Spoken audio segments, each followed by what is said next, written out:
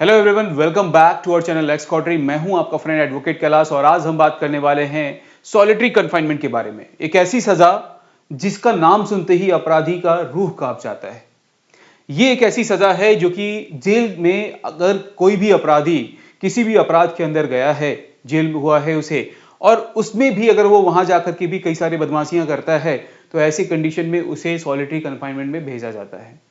तो आज हम इस सॉलिटरी कन्फाइनमेंट एकांत कारावास के बारे में समझेंगे, जो आखिर इसे इतना भयावह क्यों माना गया है, इसे इतना खतरनाक क्यों माना जाता है और कितने दिन का पीरियड होना चाहिए, क्या लिमिटेशंस हैं इसमें, वो सारी बातें आज हम इस वीडियो के अंदर समझने वाले हैं। साथ ही हम इसमें यह भी समझेंगे कि आखिर किन अपराधों में और किस तरह के अपराध में सॉलिटरी कन्फाइनमेंट की सजा सुनाई जाती है। लेकिन आखिर सॉलिटरी कन्फाइनमेंट में कितने दिनों के लिए डाला जाएगा, क्योंकि ये एक डेंजरस पनिशमेंट इसको माना गया है और ये कहा गया है कि ये एक ह्यूमैनिटी के लिए जो है वो एक गंभीर सजा है। इस तरह के सजा जो है नहीं होनी चाहिए, क्योंकि इस तरह के सजा पे कई बार आलोचना भी हुई है, कई बार इस तरह के सजा को कहा भी गया है कि इस तरह की सजा के प्रावधान नहीं होने चाहिए। तो आखिर ये सजा के प्रावधान क्या हैं, इसके बारे में आज इस वीडियो के अंदर हम डिटेल में समझने वाले हैं। तो आप इस वीडियो को लास्ट तक देखें ताकि वो सारी बातें जो कि सॉलिटरी कन्फाइनमेंट से रिलेटेड हैं वो आपको समझ में आए, आप उसके बारे में जान पाओ और समझ पाओ। चलिए स्टार्ट करते हैं। देखिए, पहले तो हम ये समझ लेते हैं कि सॉलिटरी कन्फाइनमेंट होता क्या है।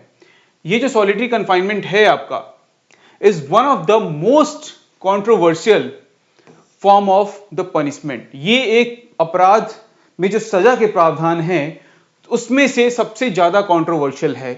क्यों? क्योंकि ये ह्यूमन लाइफ पे इंपैक्ट पड़ता है, क्योंकि एक ह्यूमन के माइंडसेट पे, उसके फिजिकल हेल्थ पे, उसके मेंटल हेल्थ पे ये इफेक्ट डालता है। इसलिए इसे जो है वो सबसे कंट्रोवर्शियल और साथ ही सबसे खतरनाक, सबसे डेंजरस जो है पनिशमेंट माना गया है। Use as a disciplinary measure in prison, मतलब इसका यूज जो है वो एक डिसिप्लिन मेंटेन करने के लिए प्रिजन के अंदर, जेल के अंदर एक डिसिप्लिन मेंटेन करने के लिए भी इस तरह के पनिशमेंट का यूज किया जाता है। इसे एक एक्सपीडिटरी थ्योरी ऑफ पनिशमेंट के थ्रू माना गया है। क्या है एक्सपीडिटरी थ्योरी ऑफ पनिशमेंट? इसे मैंने एक थ्योरी ऑफ पनिशमेंट के अंदर भी वीडियो में समझा रखा है, जो आखिर एक्सपीडिटरी थ्योरी क्या होता है। तो आप डिटेल में वहां जाकर के वो सारी बातें समझ सकते हो। फिलहाल के लिए एक्सपीडिटरी थ्योरी को हम थोड़ा यहां भी समझ लेते हैं। On the idea that crime is a moral wrong doing.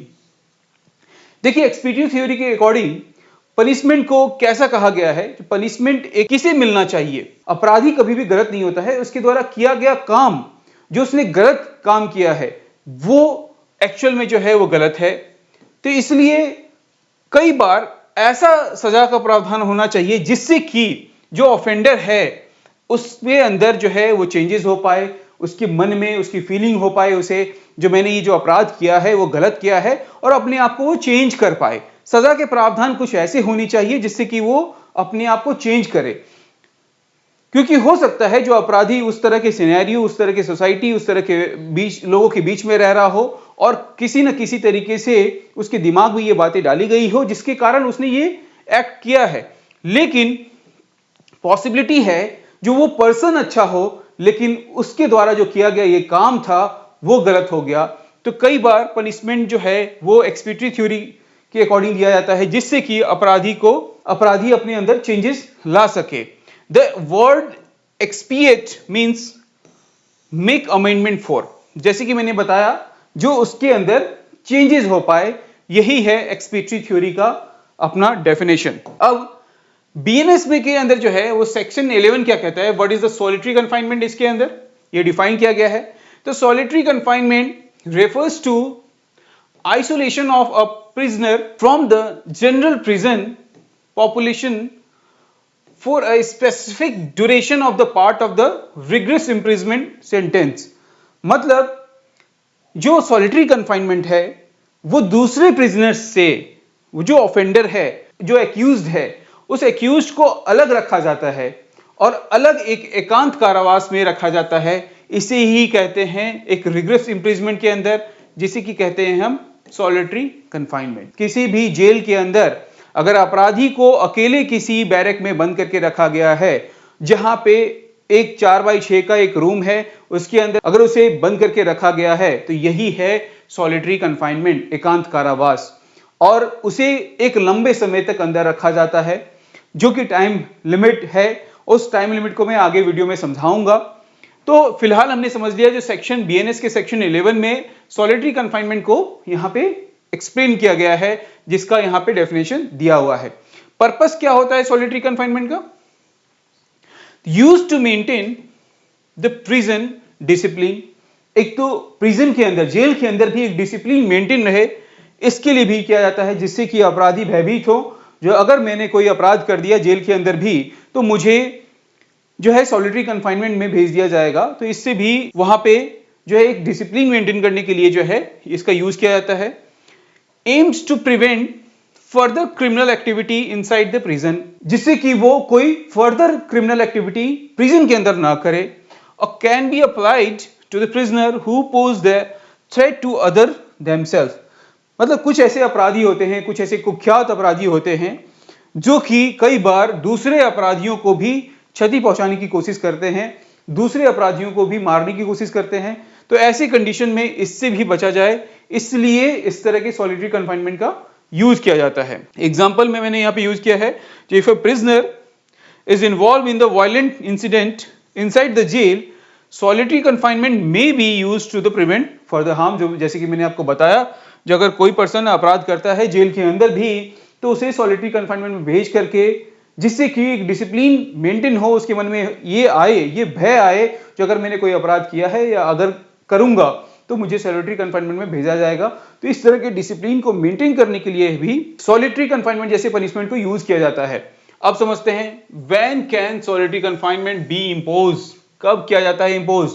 Only applicable in case of rigorous imprisonment. देखिए वहां पे मैंने एक तो डिसिप्लिन मेंटेन के लिए कह दिया, दूसरा कब किया जाता है? जब किसी भी अपराधी को रिग्रेस इम्प्रिजमेंट देना हो, उस समय सॉलिटरी कन्फाइनमेंट का यूज किया जाता है। The court has the direction to the order solitary confinement within the legal limits. अब यहां पे लीगल लिमिट्स की बात की गई है, तो लीगल लिमिट्स क्या है वो भी हम आगे इस वीडियो के अंदर समझने वाले हैं। अब legal safeguard and against the misuse. देखिए कई बार जेल के अंदर भी जो वहां के जेलर हैं या वहां के जो ऑफिसर्स हैं, वो भी इसका गलत यूज करते हैं। तो since the solitary confinement can be psychological and physically harass, the law include the safeguard of the prevent abuse. देखिए सॉलिटरी कन्फाइनमेंट एक ऐसी सजा है जिसमें कि आपको सिर्फ एक रूम में बंद किया जाएगा, लेकिन अगर एकांत में किसी को बंद किया जाता है, जहां से किसी को न मिलने दिया जाए, न किसी से बात करने दिया जाए, न वो किसी चीज को देख पाए, न सुन पाए, तो ये अपने आप में एक बहुत ही बड़ा जो है वो मेंटल टॉर्चर है। और इसी कारण से इसे एक रिग्रेस इम्प्रिजमेंट माना गया है। तो यहां पे भी यही कहा जा रहा है, जो ये एक फिजिकली और साइकोलॉजिकली जो है वो हरास करता है किसी भी पर्सन को। तो इसमें कुछ सेफ गार्ड भी दिए गए हैं। Control duration in prevent the excessive punishment. साथ ही legal oversight ensure its use only for the serious offence, consideration of the prisoner mental health and physical well being. देखिए यहां पे जो है कुछ सेफ गार्ड भी यूज किया गया है। जब कोई ऐसा गंभीर अपराध कर दिया हो गया हो, तो उसी में ये सॉलिटरी कन्फाइनमेंट दिया जाएगा। साथ ही उसकी ड्यूरेशन को जो है वो कंट्रोल किया गया है। कोई सीरियस ऑफेंस है उसके अंदर, और साथ ही जो भी प्रिजनर है उसके मेंटल और फिजिकल वेल बीइंग को जो है ना वो चेक करते रहना पड़ेगा, उसकी फिजिकल हेल्थ को भी देखते रहना पड़ेगा, जो उसका कहीं फिजिकल या मेंटल हेल्थ जो है वो इसमें रहने के खातिर खराब ना हो। ठीक है, example, if the prisoner health deteriorates in solitary confinement, legal provision allow for a medical intervention and the review of the punishment. ठीक है, अगर किसी भी अपराधी को सॉलिटरी कन्फाइनमेंट में डाला जाता है और वहां पे ये पता चले कि उसका जो है मेंटल हेल्थ या मेडिकल जो भी है वो खराब हो रहा है, तो उस पर फिर से विचार किया जा सकता है जो उसे बाहर किया जाए। अब जो लीगल लिमिट्स हैं उसके बारे में, तो maximum duration of solitary confinement क्या है? BNS section 11 set clear limits how long solitary confinement can last. कितने दिन का हो सकता है, अब ये समझ लेते हैं। Terms of imprisonment, rigorous imprisonment क्या होगा, और मैक्सिमम सॉलिटरी कन्फाइनमेंट अलाउड कितना होता है। जो अगर किसी भी पर्सन को रिग्रेस इम्प्रिजमेंट दिया गया है अप टू 6 मंथ का, अगर किसी भी प्रिजनर को 6 मंथ का रिग्रेस इम्प्रिजमेंट है, तो ऐसे कंडीशन में अप टू 1 मंथ जो है वो सॉलिटरी कंफाइनमेंट में वो जा सकता है। 6 मंथ का अगर सजा हुआ है रिग्रेस तो अप टू 1 मंथ का, अगर 6 मंथ्स टू 1 ईयर है तो ऐसे में अप टू 2 मंथ्स, और मोर देन 1 ईयर है तो ऐसी कंडीशन में अप टू 3 मंथ्स ओनली। इससे ज्यादा जो है वो सॉलिटरी कंफाइनमेंट नहीं होना चाहिए, ये बात यहां पे बताया गया है। Example, if a prisoner is sentence for 18 month of the rigorous imprisonment, they may placed in solitary confinement for up to 3 months in total. जैसे कि मैंने आपको बताया मोर देन 1 ईयर, तो अगर किसी को 18 महीने हुआ है तो ऐसी कंडीशन में उसे 3 महीने के लिए ही रिग्रेस इंप्रिजमेंट में रखा जाएगा। This period may be divided into multiple portion ensuring it does not exceed the prescribed limit। वो तो लीगल लिमिट था हमारा जो कि हमने ये डिस्कस कर लिया, तो कितना टाइम हो सकते हैं। अब यहाँ पे प्रिस्क्राइब लिमिट है, इसके बारे में भी हम समझ लेंगे। ठीक है, जो सेक्शन 12 क्या आता है, limit of the solitary confinement. Section 11 में हमने समझा क्या जो सॉलिटरी कंफाइनमेंट किसे कहते हैं, साथ ही जो है लीगल लिमिट्स क्या दे रखा है। अगर किसी को 6 महीने की है तो उसे 1 मंथ का सॉलिटरी कंफाइनमेंट होगा, किसी को अगर अप टू 6 to 12 मंथ है तो वहां पे जो है आपका 2 महीने का सॉलिटरी कंफाइनमेंट होगा, अगर मोर देन 1 ईयर है तो 3 मंथ्स का। लेकिन यहां पे आ गया जो लिमिट ऑफ सॉलिटरी कंफाइनमेंट, कितना टाइम, मैक्सिमम कंटिन्यूअस ड्यूरेशन। देखिए अब मैक्सिमम कंटिन्यूअस ड्यूरेशन क्या होना चाहिए, a person cannot be kept in solitary confinement for more than 14 consecutive day। पहली बात तो जो 14 दिन से ज्यादा जो है वो किसी भी प्रिजनर को, किसी भी एक्यूज पर्सन को, किसी भी अपराधी को सॉलिटरी कंफाइनमेंट के अंदर नहीं रखा जाएगा। दूसरी बात क्या कही गई है, एट अ टाइम, एक बार में। ठीक है, there must be an interval at least equal in a duration. Equal in a duration मतलब क्या हुआ, बिटवीन टू सच पीरियड। मतलब अगर किसी को 14 दिन के लिए रखा गया सॉलिटरी कंफाइनमेंट के अंदर, ठीक है, तो ऐसे कंडीशन में ये बीच का जो गैप होगा वो भी 14 डेज का कम से कम होगा। अगर उसे दोबारा फिर से रखा जाता है सॉलिटरी कंफाइनमेंट में तो यहां पे 14 डेज का गैप होना मस्ट है, उसके बाद ही उसे दोबारा फिर से सॉलिटरी कंफाइनमेंट में भेजा जा सकता है। यहां पे एक पॉइंट दिया गया है, if imprisonment exceed 3 months, the solitary confinement is further capped to no more than 7 days in any 1 month, again with the intervening intervals at least the same length as each confinement period।